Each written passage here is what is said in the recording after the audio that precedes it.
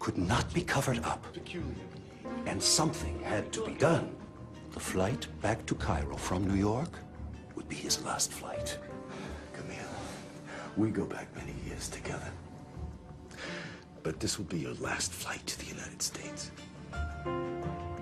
He would not be flying to America anymore. Batuti had just had these big privileges taken away from him, and he was humiliated. So, I think that what happened was this. He must have said to himself, if this is going to be my last flight, it will be Hatem Rushdi's last flight also. Certainly within various corporations where people bring weapons into the office and attempt to take revenge against people that they feel have aggrieved them. Perhaps Batuti felt that Egyptair had been the cause of some of his issues, and unfortunately in this case it was the kind of office that was flying at 33,000 feet. The FBI provides Tahar's interviews to the NTSB.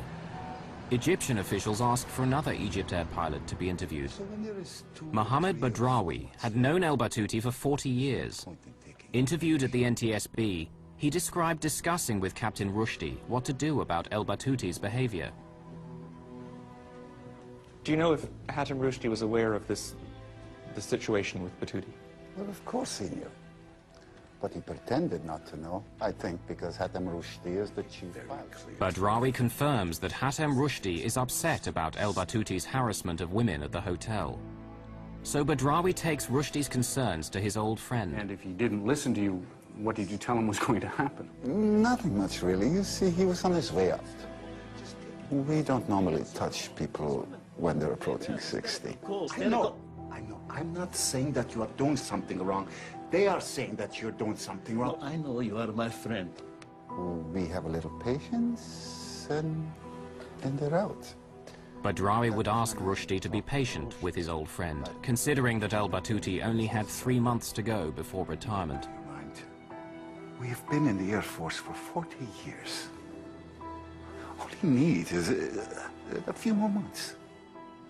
Badrawi's interview confirmed that Rushdie did believe El Batuti's behavior had to be dealt with, and he denied Tahar's claim of a meeting between the two on the night of the crash.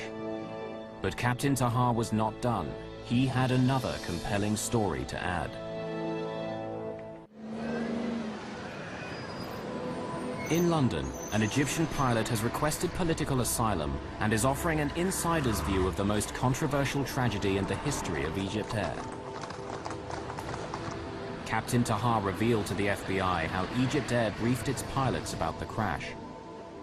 When they had done the transcripts of the cockpit voice recorder, the Egyptair chief of operations called all flight group to a special meeting in Cairo and told us the facts. Just the facts. No commentary. No explanation of any technical problem. He did not say anything, but all we pilots realized that this was not an accident. And then he told us not to talk to anyone about it. Don't talk to your family. Don't talk on the phone. Don't talk to each other, he told us. All of us realized that Batuti had done this on purpose. For the American families involved, this was a case of 216 murders and 1 suicide. In Egypt, big, close, extended families combine with a strong religious faith to deny that Egyptians commit suicide. The story has many sides.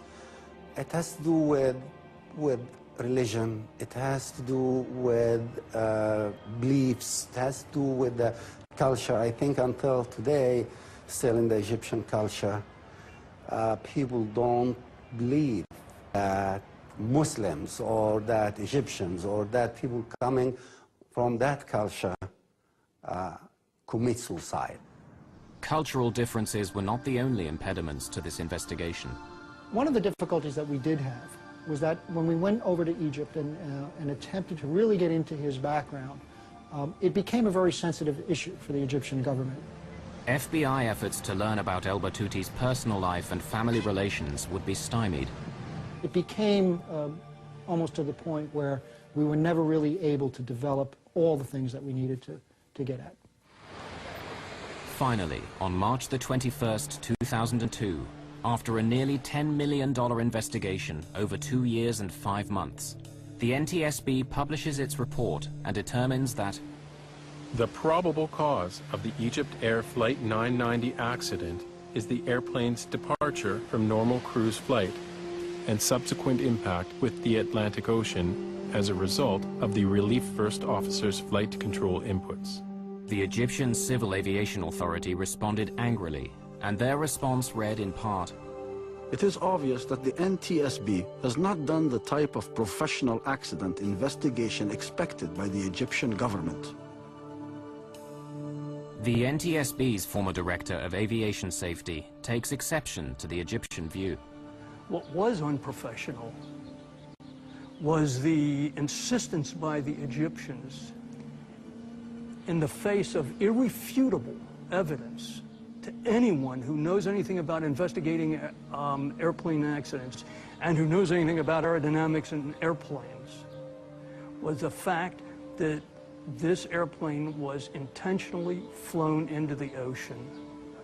No scenario that the Egyptians came up with, or that we came up with, in which there were some sort of mechanical failure in the elevator control system would either match the flight profile or was a situation in which the airplane was not recoverable.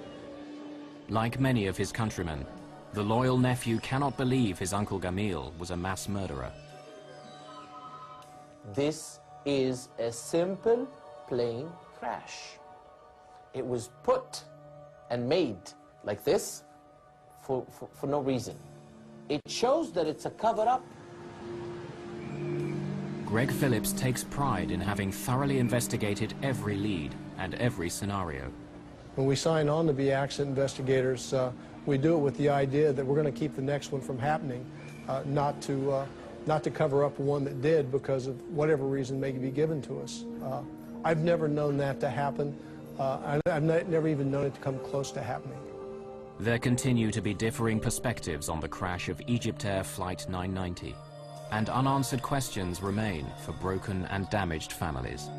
For many of them, answers to how and why this plane crashed will forever be a painful mystery.